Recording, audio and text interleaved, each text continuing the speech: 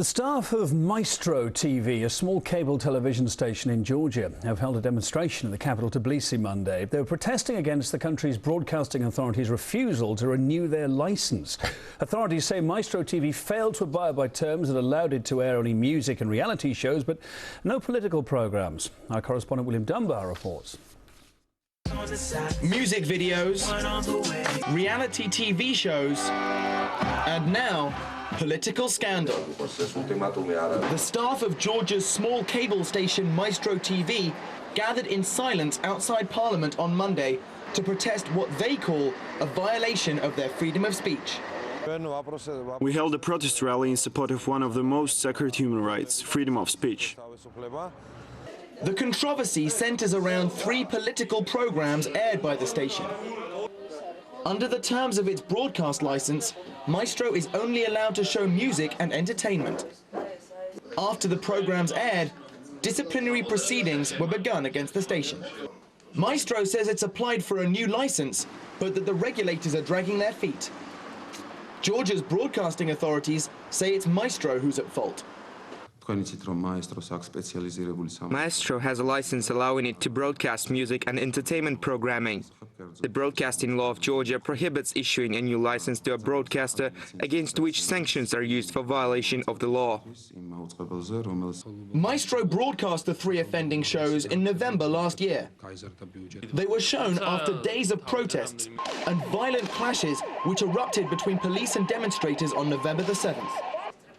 It was that day that Georgia's most popular channel, Imedi, was raided and closed by special forces.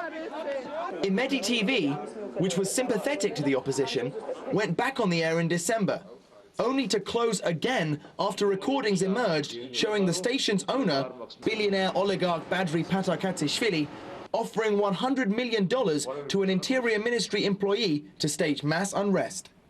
Following the oligarch's death in February, a bitter ownership battle has engulfed Imedi, and it remains off the air. Representatives of Georgia's remaining pro-opposition channels see all this as the government's doing. The authorities have done everything possible to destroy Imedi TV. I'm not just talking about the raid on November the 7th, but about the processes that followed it.